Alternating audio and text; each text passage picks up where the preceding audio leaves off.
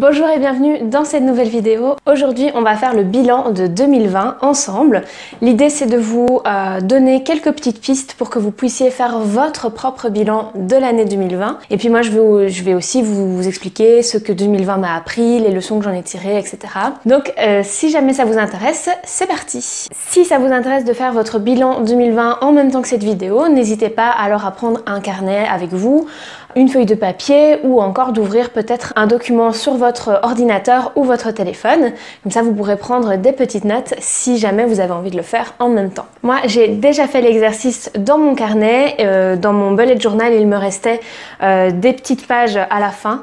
Donc je me suis dit que c'était le bon endroit pour faire mon bilan 2020 avant de commencer du coup mon nouveau cahier. L'idée c'est de se poser quelques petites questions pour voir le positif et le négatif de cette année 2020 et voir comment justement on peut après repartir sur une nouvelle année. Je trouve que c'est un exercice intéressant pour vraiment faire le point sur son année parce que parfois on a l'impression d'avoir une année plutôt pourrie, surtout pour cette année 2020 qui n'a pas toujours été terrible, mais je suis sûre que vous pouvez sûrement trouver un peu de positif là-dedans. Donc c'est parti avec les quelques questions. Donc l'idée c'est qu'on va commencer d'abord par répondre et voir un petit peu le positif de tout ça. Alors si vous avez envie, vous pouvez déjà écrire tout ce qui vous vient à l'esprit de positif cette année. N'hésitez pas peut-être à mettre pause sur la vidéo si jamais vous avez envie d'écrire déjà tout ça. Mais pour te guider peut-être à voir le positif, je vais te demander de peut-être noter, de citer de quoi tu es le plus fier cette année. Peut-être essayer d'en trouver un minimum 3. Donc n'hésite pas à mettre pause dans la vidéo pour répondre à cette question. Donc de quoi es-tu le plus fier ou la plus fière cette année ? Moi pour ma part, tout début d'année 2020, j'ai eu la chance de gagner un prix lors d'un concours de blogueur voyage et j'ai gagné le prix de image de l'année avec cette photo et j'étais trop fière de moi de pouvoir la gagner. Ça n'a pas énormément changé ma vie non plus, mais j'étais quand même assez fière parce que ça représentait beaucoup pour moi cette photo en plus. Je suis aussi très fière d'avoir lancé le podcast Anglais pour voyager avec mon compagnon. On a déjà lancé une formation en ligne aussi de cours d'anglais et on a plein de nouveautés qui vont arriver en 2021. Donc voilà, c'est une grosse fierté de cette année. C'est un projet que j'avais envie de mener depuis très longtemps et j'avais jamais eu le courage de me lancer. Et l'année 2020 m'a permis de le faire. Donc voilà. La troisième chose, c'est que je suis hyper fière d'avoir pu réaliser beaucoup d'autoportraits créatifs cette année. C'est un objectif que je me mets souvent, chaque année. Et malheureusement, avec le boulot, etc., j'ai plus de mal à suivre et donc je laisse ça de côté. Cette année, j'ai réussi à en réaliser énormément.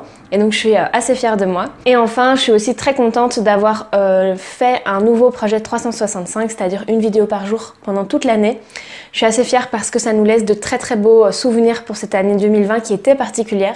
Mais finalement, ça en ressort tout le positif, donc ça c'est super cool. Donc je suis assez fière de l'avoir fait. Alors ensuite, la deuxième question que je me suis posée, c'est pas vraiment une question, mais c'est l'idée de citer quelques gratitudes pour cette année 2020. Comme je vous ai dit, elle n'était pas spécialement que pourrie cette année et je suis sûre qu'on peut trouver des choses pour lesquelles on est reconnaissant ou reconnaissante, même des petites choses. Donc je vais te demander d'en citer au moins 5. Donc encore une fois, tu peux mettre pause à la vidéo pour essayer de réfléchir à ça. Et moi, je vais te donner mes 5 gratitudes si jamais tu as besoin d'inspiration.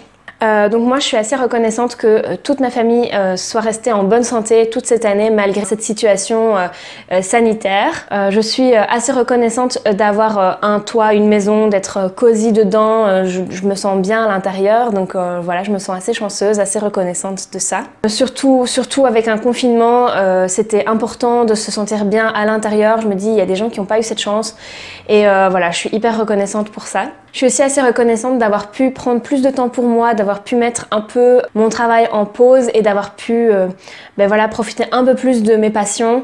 Comme je vous disais, les autoportraits, ça fait partie d'une grosse passion et je suis trop contente d'avoir pu le faire. Donc je suis assez reconnaissante d'avoir eu plus de temps pour moi. Je suis assez reconnaissante d'avoir du coup passé du temps en famille et entre amis parce que justement on se rend compte que quand c'est plus possible, ça nous manque beaucoup. Donc je suis assez reconnaissante d'avoir pu passer certains moments quand même en famille entre les confinements, etc.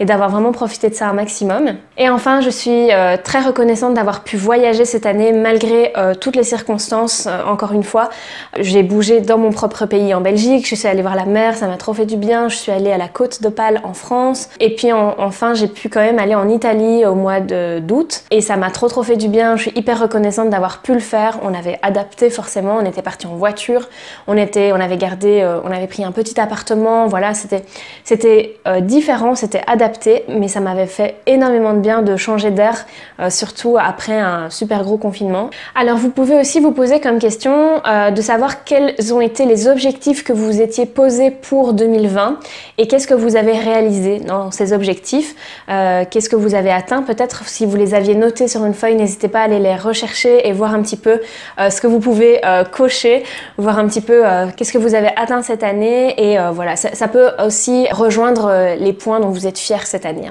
Dans un bilan, il y a du positif et du négatif. Donc cette fois-ci, on va regarder un petit peu qu'est-ce qui a été négatif cette année, peut-être quels sont les objectifs que vous n'avez pas atteints, pourquoi. Vous pouvez vraiment mettre pause à cette vidéo pour répondre à cette question. Quels sont les objectifs que vous n'avez pas atteints et pourquoi?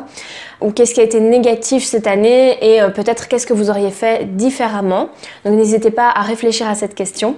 Pour être honnête, à part vraiment cette crise sanitaire, le confinement, etc., je vois pas tellement de négatif, si ce n'est que ça a annulé énormément de projets voyages que j'avais cette année. Je devais aller à Venise, faire des séances photos avec un couple, ça a été annulé. De base, je devais partir au Monténégro en vacances, bon, ça n'a pas été fait non plus. Mais voilà, je me dis, c'est des petites choses, ce sont des petites déceptions, mais je me dis que ce sera possible à l'avenir, donc voilà, je me dis pas que c'est horrible non plus. Je pense qu'il y a pire dans la vie. Donc voilà, c'était, on va dire, le négatif, mais ça m'a permis de faire plein d'autres choses à côté, donc j'arrive un peu à prendre du recul là-dessus. Et enfin, la dernière question qui me semble peut-être la plus importante, c'est qu'est-ce que tu as appris de 2020? Quelles sont les leçons que tu en as tirées? Donc n'hésite pas encore une fois à mettre pause sur cette vidéo pour essayer de répondre un petit peu à ces questions. Qu'est-ce que tu as appris en 2020? Quelles sont les leçons que tu peux en retirer? Moi, je vais vous dire ça maintenant. Moi, forcément, 2020, ça m'a appris à lâcher prise. Chaque année, j'essaie de le faire. C'est un peu mes résolutions de chaque année et j'ai beaucoup de mal à lâcher prise. Cette année, on va dire qu'on n'a pas tellement eu le choix. Donc ça m'a vraiment appris à lâcher prise, à vivre plus au jour le jour aussi, parce que voilà, le futur est tellement incertain, ça nous oblige un petit peu à rester ancrés dans le présent, dans l'instant présent et à profiter de chaque moment. 2020 m'a aussi appris que rien n'était vraiment acquis et qu'il faut vraiment profiter de sa vie un maximum dès qu'on le peut, que ça ne sert à rien d'attendre le bon moment pour faire les choses, parce que des bons moments, il n'y en a pas, je pense. C'est vraiment, il faut prendre les actions dès qu'on en a envie. Bon, après, ça n'empêche pas de réfléchir un petit peu quand même avant de se lancer, mais je pense qu'à un moment donné, il faut vivre sa vie à 100%.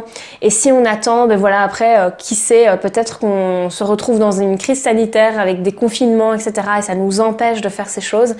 Donc vraiment, quand on a l'occasion de faire les choses, il faut y aller à 100%. Et ne pas rater des opportunités. J'ai aussi appris du coup qu'il fallait encore plus chérir les moments en famille et entre amis. Encore une fois, on a l'impression que c'est un peu acquis, mais quand on peut plus les voir, on se rend compte à quel point c'est important chez nous et à quel point ils peuvent nous manquer. Donc voilà, je me dis à chaque fois que j'ai pu les revoir, je profitais un maximum de ce moment-là parce que c'est tellement important. Et puis voilà, sans vouloir être déprimante, les gens ne seront pas éternels non plus, donc il faut vraiment en profiter, garder le plus de souvenirs possible avec ces personnes-là. J'ai appris également en 2020 que j'avais besoin de trouver un meilleur équilibre professionnel et personnel.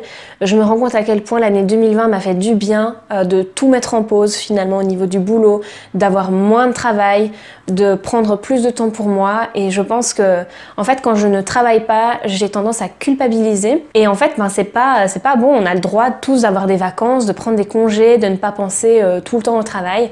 Je pense que c'est un petit problème chez les indépendants, les entrepreneurs. On a du mal à déconnecter du boulot, mais c'est super important et je me suis vraiment rendu compte de ça, donc je vais essayer d'adapter parce que j'ai vraiment besoin de temps pour moi, de temps pour me ressourcer, de travailler ma créativité. Évidemment 2020 m'a aussi permis de me rendre compte que il fallait vraiment que j'arrête de m'auto-saboter. Il y a parfois des projets, encore une fois comme je vous disais, on attend le bon moment, etc. Mais parfois c'est aussi parce qu'on a peur de se lancer dans des nouvelles choses et voilà, ça sert à rien en fait. Si on a envie de faire des choses, pourquoi se mettre des bâtons dans les roues. C'est vraiment une grosse leçon que j'ai appris cette année. Faut vraiment que je travaille sur cet auto-sabotage. Si jamais vous voulez que je vous en parle plus dans une prochaine vidéo, peut-être que je la ferai, n'hésitez pas à le noter dans les commentaires. Et enfin, pour terminer, je me suis rendu compte vraiment en 2020 que c'était encore plus important d'avoir de la gratitude envers la vie. Vraiment, on a de la chance, on a souvent énormément de chance dans sa vie, on s'en rend pas toujours compte et c'est important vraiment d'être reconnaissant pour tout ce qu'on a déjà, de pas toujours vouloir plus, mais de profiter déjà de ce que l'on a déjà. Donc ça, c'est une grosse leçon de 2020 aussi. Voilà, c'est tout pour ce bilan. Si vous voulez qu'on fasse une nouvelle vidéo pour poser peut-être ses objectifs pour 2021, n'hésitez pas à me le dire dans les commentaires. Moi, je vais de toute façon le faire pour moi. Donc si je peux vous aider peut-être à écrire vos objectifs, à faire un nouvel exercice de journaling, donc d'écriture, n'hésitez pas à me le dire. Ce serait super sympa si vous partagez quelques éléments avec moi dans les commentaires, peut-être ce qui a été positif pour vous, ce dont vous êtes les plus fiers, ce dont vous êtes reconnaissant, qu'est-ce que vous avez appris en 2020, etc. Ce serait super cool qu'on puisse partager ça dans les commentaires ensemble, que je sois pas la seule à vous avoir raconté ma vie. Voilà, ce serait super sympa. Si jamais vous avez envie de faire l'exercice, que j'ai noté toutes les questions dans la barre d'infos, donc vous pouvez vraiment le faire à votre rythme, à votre aise. Donc voilà, n'hésitez pas à revenir sur la vidéo pour faire l'exercice. J'espère que cette vidéo vous aura été utile. N'hésitez pas à me rejoindre sur Instagram, à vous abonner à la chaîne si ce n'est pas encore fait. N'oubliez pas le petit pouce, ça fait toujours plaisir et ça fait du bien pour le référencement de la vidéo. N'oubliez pas le petit commentaire. Je vous souhaite en tout cas de passer une très belle fin d'année. Ce sera la dernière vidéo de 2020 et on se retrouve en 2021 pour des nouvelles vidéos. Salut!